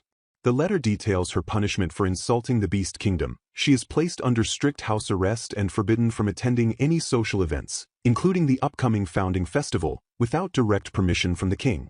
Worse, the letter implies that her leftover sister, Dorothea, is now considered more important than her. Sherry refuses to accept this reality. She rants that she is cute and therefore special, demanding that her parents fix the situation immediately. When her father suggests the engagement might be broken, Sherry's narcissism twists the situation into a delusional plan. She decides she will ignore the royal decree, attend the festival anyway, and apologize directly to the Beast King. Her logic is twisted but absolute. If she shows up and deploys her cuteness, she believes she can easily steal the king away from Dorothea and reclaim her status, laughing chillingly at the thought of snatching someone else's happiness. Back in the Beast Kingdom, the atmosphere is far more industrious. Nuts asks Dorothea about her night at the festival, but their conversation is cut short by a frantic Lord Raben. He apologizes for interrupting her break but begs for her immediate assistance. He leads her to the office, where a terrifying mountain of paperwork has materialized, towering over the desks. Raben explains that these are urgent military reports, battle logs, border security updates, and supply expenses, flooding in from the knights returning from the front lines. Dorothea notices that Vince is already there, working silently. However, she observes a lack of energy in his posture and a dullness in his voice that concerns her. Realizing he is likely pushing himself too hard, she rolls up her sleeves and dives into the work, determined to finish it quickly so he can rest. With her help, the mountain is conquered by evening. The staff cheers for Dorothea, calling her their savior, but her focus remains on Vince. He retires to his room early, leaving the office with a heavy, sluggish gait that confirms her suspicions. He is not just tired, he is unwell. Dorothea recalls Nuts mentioning something about His Majesty on the night of the new moon, a cryptic comment that now feels like a warning. Worried that he might be hiding a serious illness, she decides to check on him. She knocks on the main door to his chambers, but there is no answer. She tries the handle, but it is locked. Suddenly, a loud crash, like a heavy object collapsing, echoes from inside the room. Panic spikes in her chest. Remembering their agreement about emergencies, she rushes back to her own room and approaches the connecting door. She unlocks it, shouting an apology for breaking the rule, and bursts into King Vince's darkened chambers, fearing the worst. Dorothea halts outside the heavy wooden doors of the royal chamber, her breath hitching as the sharp, discordant sound of shattering porcelain pierces the silence of the corridor. A low, pained groan follows the crash, filtering through the wood and seizing her heart with immediate dread, suggesting that Lord Vince has collapsed or fallen into unconsciousness. Ignoring his prior, explicit command to stay away from his quarters for the night, she grips her lantern tightly and bursts into the room, driven by the frantic noise rather than obedience. The room lies in dim shadow, illuminated only by the flickering light she carries, and she frantically apologizes for the intrusion while her eyes sweep the darkness for the source of the distress. She spots a figure on the bed and rushes to his side, her anxiety spiking as she notes the shallowness and weakness of his breathing. A rustling sound emerges from beneath the heavy duvet, followed by a muffled, questioning voice that betrays confusion at her presence. Dorothea does not retreat. Instead, she presses him to reveal himself, reminding him of the observation skills he once praised, arguing that her keen eyes have already deduced his unwell state. She implores him to show himself, her voice steady despite the tension hanging in the air. Reluctantly, the covers shift, and Lord Vince sits up, exposing a form that strikes Dorothea with immediate surprise. Gone are the familiar, tufted wolf ears and the sweeping tail that usually define his silhouette. He sits before her in a strictly human form, looking vulnerable and distinctly different. Dorothea processes this revelation, her mind racing through every document she has ever read, realizing that no text ever mentioned beastkin possessing the ability to revert to a fully human appearance.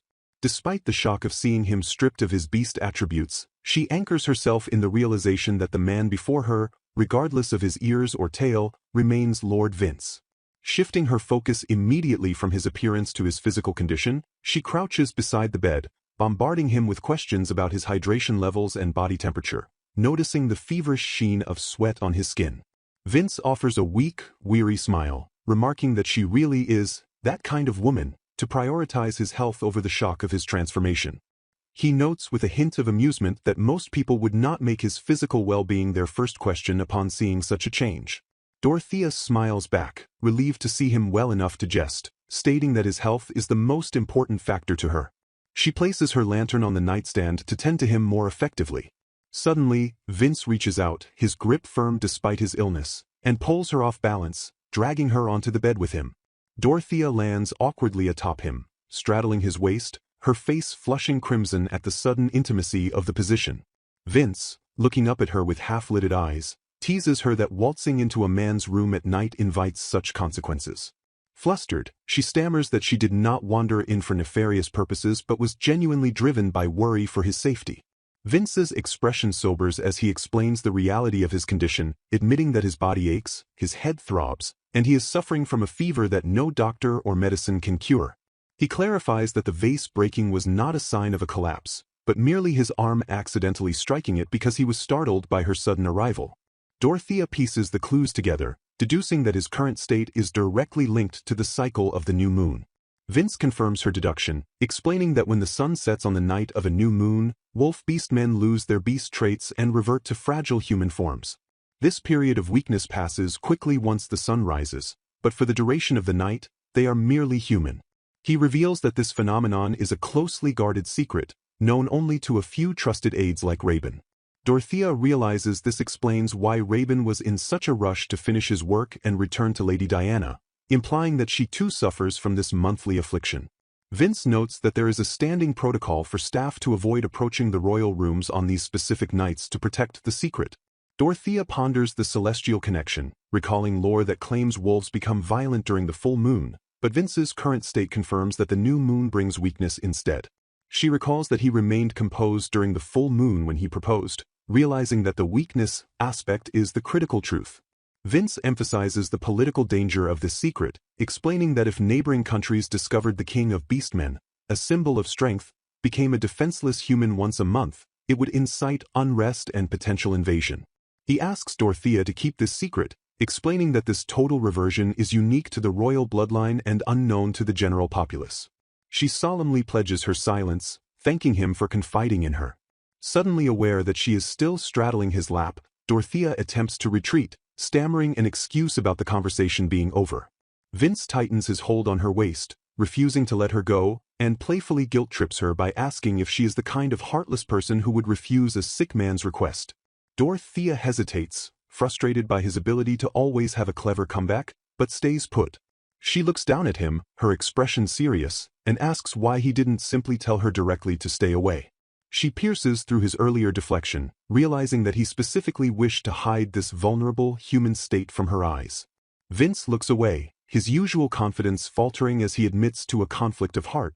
He wanted her acceptance but feared her reaction to his weakness.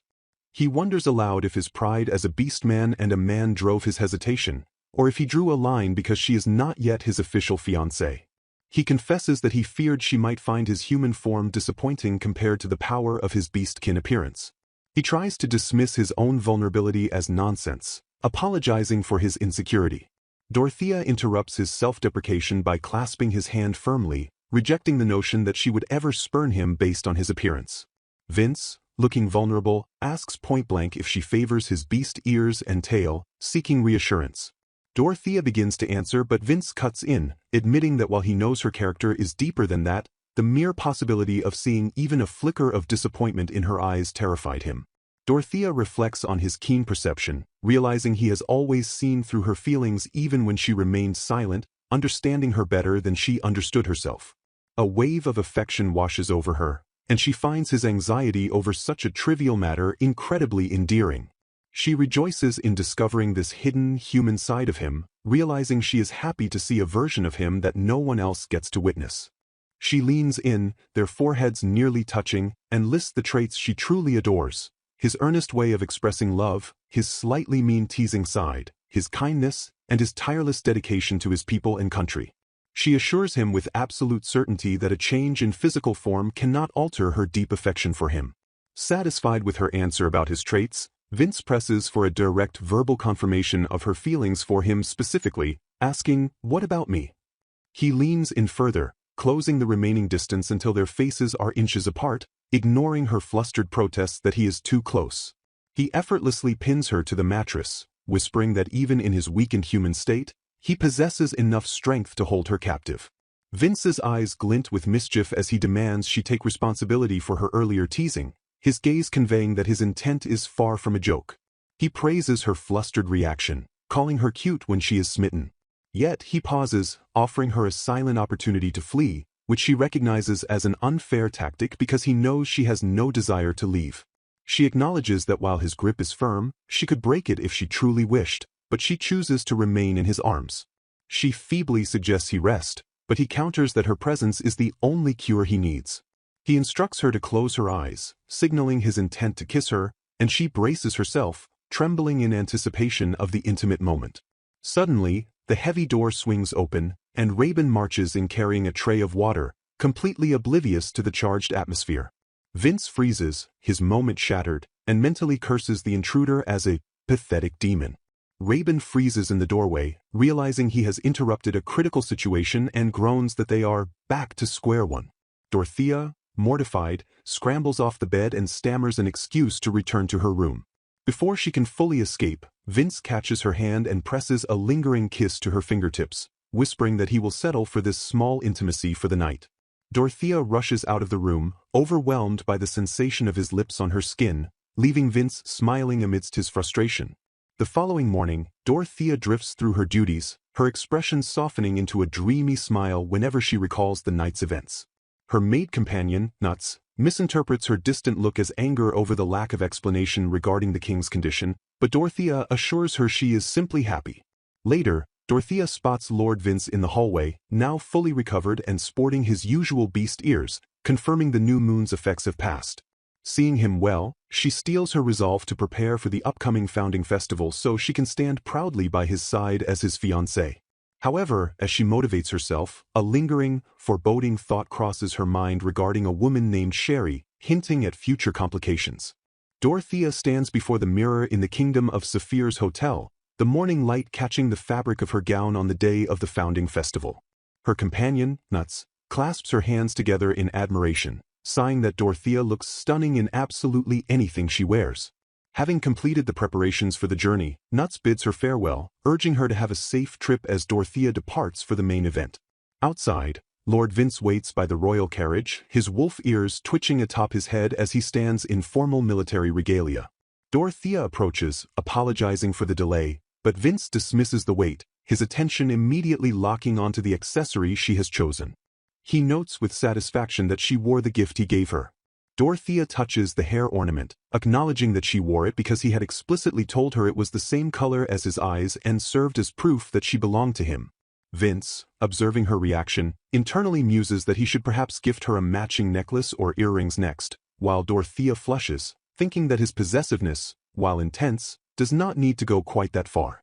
She steels herself, reminding herself to stay focused on her duty as she formally places herself in his care for the day. Inside the carriage, the atmosphere shifts to a playful intimacy. Vince asks if she would prefer to sit on the opposite bench, a question that makes Dorothea stammer, begging him to spare her the embarrassment of such distance. Vince smirks, clarifying that he did not ask her to sit next to him just for seating arrangements. He warns her that if she continues to space out, he will pull her onto his lap. As the carriage rumbles through the streets of Saphir, Dorothea gazes out the window. Although it has only been a month since she left, the scenery feels incredibly nostalgic. She points out a stationery store frequented by Lady Lorraine and a second-hand bookstore she used to visit on her days off. Yet, a melancholic realization washes over her. While she remembers the town, her memories regarding her family are sparse and fragmented. She recalls reading a theory that the human brain organizes memories to protect the psyche, suppressing overwhelming sadness so that one is not consumed by it. Vince, sensing the shift in her mood despite her silence, reaches out and gently cups her cheek. He asks what is wrong, noting that she seems down. Dorothea attempts to deflect, claiming she was just remembering the past and is fine now, but Vince admits he had a hunch she was feeling sad. He apologizes, suggesting that perhaps he should not have brought her along if it causes her pain, admitting his motive was the belief that he could protect her no matter what as long as they were together. This confession triggers an epiphany for Dorothea. She realizes the true reason Vince prevented her from returning home immediately after his proposal was not control, but protection. He worried she would be hurt by her family or the people of Saphir. Overwhelmed by his kindness, she thanks him, thinking that being loved by such a man makes her the happiest woman in the world. She reassures him that she is fine, though she admits she still needs to pressure her parents to send the engagement contract. Her only lingering worry is that her younger sister might act rudely toward Vince, but she resolves that as the older sister, she will stop any such behavior. Vince smiles, calling her a strong woman. As the carriage nears the venue, Dorothea admits she is nervous and asks for a small favor to calm her nerves. She wishes to touch his ears and tail. Vince obliges, telling her to go ahead if it helps. Grounded by the tactile comfort, Dorothea declares that although their engagement is not yet official, she will do her absolute best to act as his fiancée. The carriage arrives at the founding festival party, where they are greeted by King Rizanard of Saphir. The king welcomes them but quickly requests a private audience with Vince and Dorothea later in a separate room. Vince agrees, and as the king departs, Dorothea deduces the meeting is likely an apology regarding her sister, Sherry. Moving through the ballroom, Dorothea overhears whispers from the guests suggesting that Sherry's past actions have become an issue and speculating on potential punishments. Hearing this, she resolves to protect Vince, viewing it as her duty to safeguard her master's safety. She straightens her posture, determining to carry herself with the awareness and confidence befitting his fiancée. Suddenly, a familiar voice calls out to her. It is Lady Lorraine Lilac, her former employer. Lorraine is overcome with emotion, marveling at how beautiful Dorothea has become and apologizing profusely for resigning as a maid via a simple letter. She observes that Dorothea looks truly happy and cherished, stating that Dorothea's happiness is all that matters to her. Vince introduces himself as Vince Rizanard, and Lorraine is flustered and honored to meet him, thanking him passionately for loving Dorothea. Watching Lorraine's tearful joy, Dorothea thinks she will never be able to beat the woman's intensity. The conversation turns to rumors circulating in the kingdom. Vince brings up a recent talk about abolishing the title of saint. He explains that for the sake of the kingdom's development, the archaic teaching that women mustn't surpass men is likely being dismantled. This shift means that in Saphir, a woman's value may no longer be solely tied to her beauty or submissiveness. Vince reveals that because of this instability, he had Sherry's parents sign a written agreement to prevent them from skipping the party, though he doubts Sherry herself would want to show up given the uncertain state of her engagement to the prince. He explains that Sherry is not well liked by the surrounding nobles due to her difficult personality. Vince praises Dorothea's deduction skills regarding the situation, affectionately calling her his fiancée again. He encourages her to mingle with the other young ladies, as it is important for relations with allied nations. Dorothea agrees, noting that the hostile stares she used to feel in Saphir have vanished, replaced by curiosity and a desire to connect with her as the future queen of the Beastman Kingdom. She moves through the crowd, hoping her interactions will foster peace between the nations, setting aside her personal trauma for the greater good. Vince watches her go, realizing he truly does not need to worry about her ability to handle herself. As the party winds down and the dance is about to begin, Dorothea finds herself alone for a moment. A voice calls out to her, saying she has been found. It is her younger sister, Sherry Ranbills. Sherry is dressed in an elaborate gown, smiling with a practiced, sickening sweetness. She introduces herself to Vince, asking him to call her Sherry, all while internally assessing him. In her internal monologue, she disdainfully notes that while he is a beast, he is surprisingly handsome and might be a suitable match for her. Sherry brazenly asks Vince if it is true that he proposed to her sister. When he confirms it, she feigns surprise, asking if a human woman was really that rare to him. She leans in, batting her eyelashes, and suggests that having Dorothea, whom she calls a leftover, as the future queen would be a disgrace to the Beast Kingdom. With zero shame, Sherry proposes that she should take her sister's place and become his queen instead. She claims her beauty is superior and reveals she has recently declined an offer from Lord Kevin, implying she is available for an upgrade. Sherry reaches out to touch Vince, urging him to be honest with his feelings and choose someone as cute as her. Internally, she reasons that switching to the handsome Beast King before Kevin discards her would be a strategic win, allowing her to steal Dorothea's happiness. Vince's expression darkens terrifyingly. He catches her hand or simply glares with such intensity that she freezes. He asks if she has a death wish and if she is done running her mouth. Sherry stammers, confused by the sudden hostility. Vince states that he only listened quietly because she is Dorothea's relative, but he can no longer stomach her presence. He laughs coldly at her arrogance. Vince's rage boils over as he contemplates how this foolish woman has hurt Dorothea for years. He throws her own insults back at her, questioning who the real leftover and disgrace is. He tells her plainly that she does not resemble Dorothea in the slightest. Looming over her, he delivers a crushing verdict. She is just a pitifully foolish woman. Sherry snaps. The mask of the sweet younger sister shatters completely.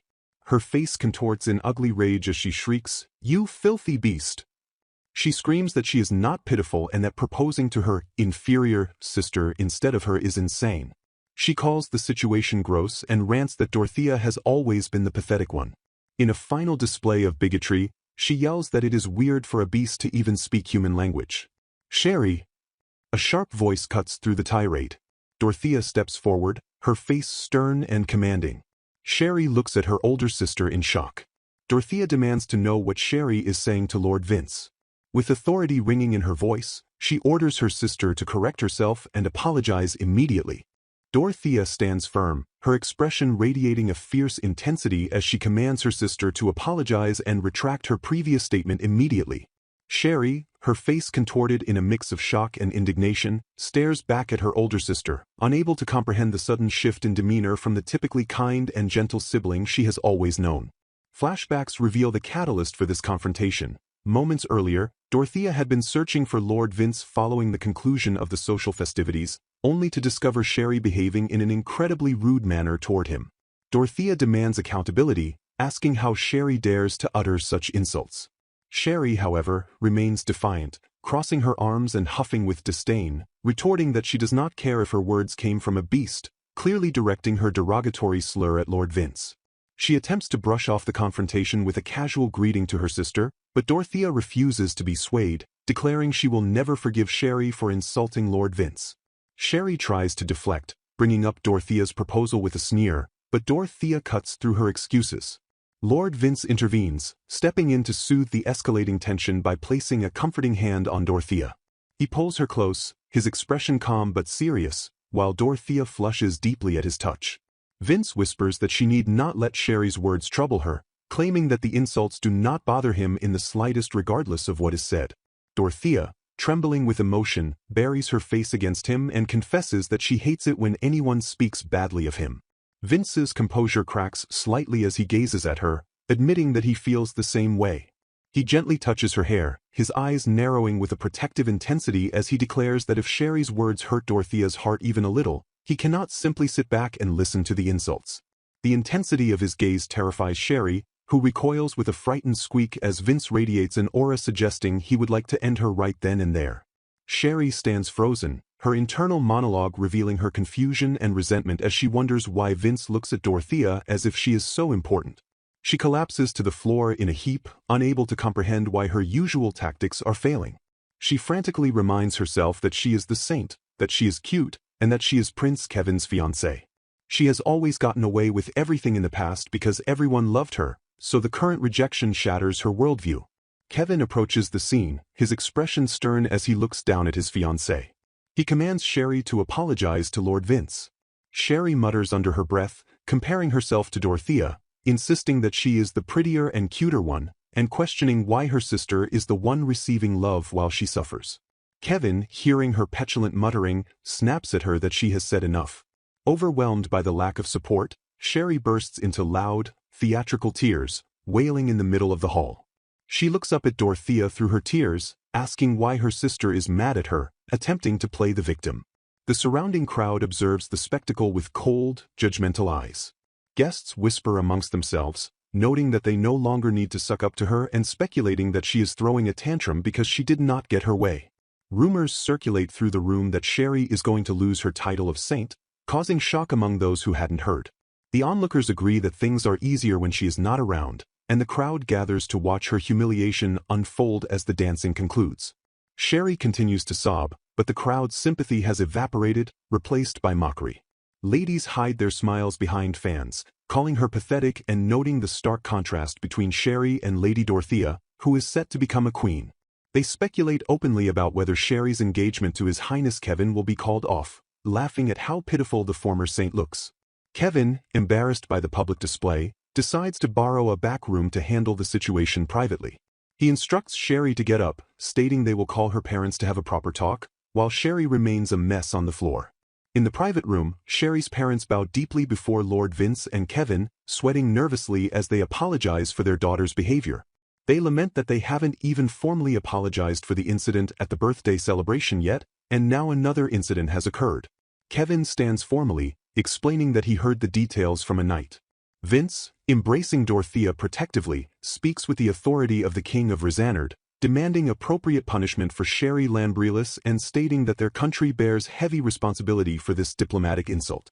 The parents readily accept responsibility, begging for leniency to preserve the alliance, promising severe punishment for Sherry. Kevin turns his frustration toward Sherry, asking why she would do something so self-destructive and demanding to know if she read the letter he sent her properly. Sherry, confused and tearful, claims she did read it, recalling the first page mentioned something about how amazing her sister is. Kevin exasperatedly asks why she didn't read the second page, revealing that the first page was merely the introduction. He explains the second page contained a scolding and details about her house arrest and punishment. Sherry vaguely recalls a strong wind blowing in through an open window and a piece of paper flying away on that day, realizing she simply never retrieved the second page. Kevin sighs, clarifying that his previous visit, which Sherry mistook for affection, was actually an apology to Dorothea for the harsh words he had previously spoken to her. He admits that while Sherry bears the most responsibility, he too is at fault for letting things slide because of her beauty. He acknowledges that Sherry became overly confident and selfish, and that part of the blame lies with those who enabled her. He critiques the royal family's decision to give the title of saint to those with beautiful appearances, placing them on a pedestal without merit. Sherry looks at him, stunned, murmuring his name. Kevin continues, expressing regret for the mistakes of his predecessors and his own failures. He explains that he had asked His Majesty to give Sherry the most lenient punishment possible to offer her a chance to start over, hoping to do everything he could for her and the country. However, he states firmly that he can no longer protect her. The letter she failed to read contained his intention to maintain the engagement, but her actions today have changed his mind. With a heavy heart, Kevin formally breaks off the engagement. Sherry panics, reaching out to him as he turns to leave, begging him to wait, but he walks away without looking back, leaving her collapsing in despair.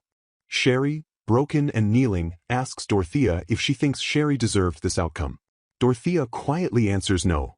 Dorothea then apologizes to Sherry, admitting she almost hit her earlier out of anger.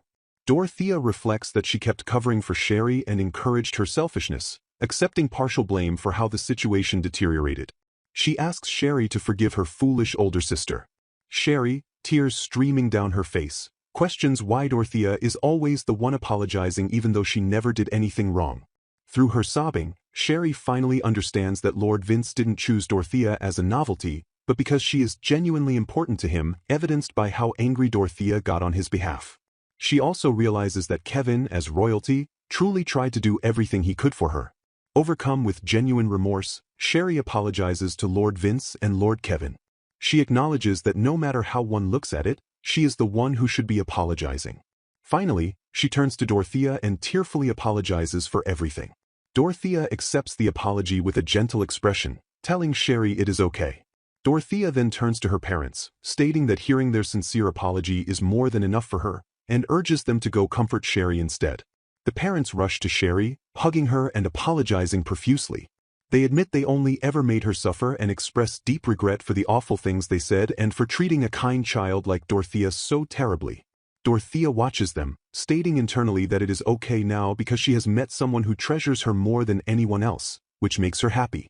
However, she addresses the room with a newfound resolve, declaring that from now on, she will no longer clean up anyone's messes. She asserts that everyone must take responsibility for their own actions and words. Dorothea issues a final warning to Sherry, telling her to be prepared. She explains that even though Sherry apologized, they do not know what punishment awaits her, and her actions cannot be simply forgiven without consequence. Following this confrontation, Sherry is escorted home temporarily by a knight. She eventually acknowledges that her belief that women shouldn't surpass men was a mistake. The royal family formally announces the abolition of the Saint title.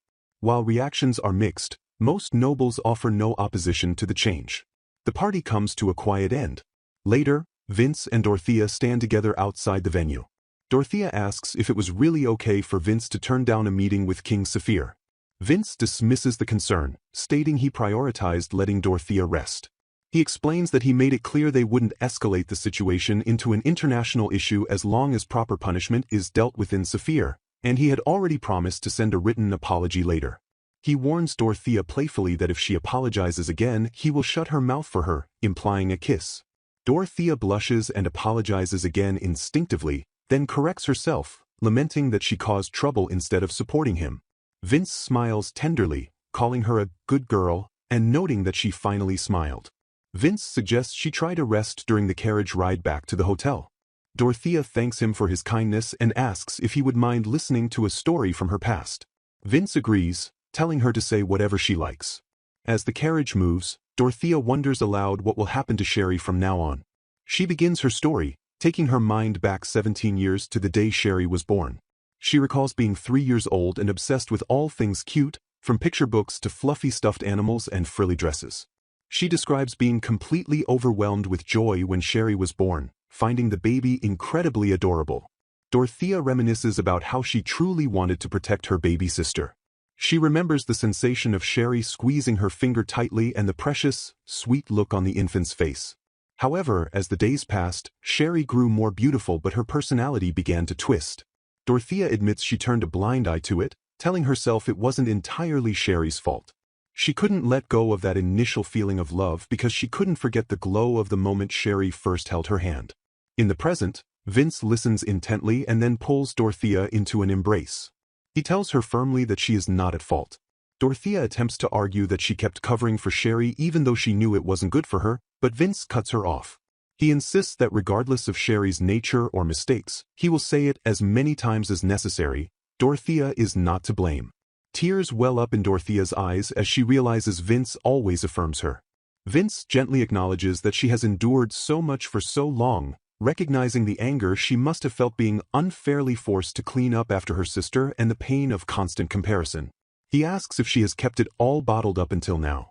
Vince strokes her head, assuring her that it is all right now and she can cry as much as she wants. He thanks her for getting angry on his behalf that day. Dorothea, finally releasing the burden she has carried for years, breaks down into sobs, burying her face in his chest. As she cries, a vision of her younger self hugging baby Sherry appears, symbolizing her finally being free from all the pain of the past.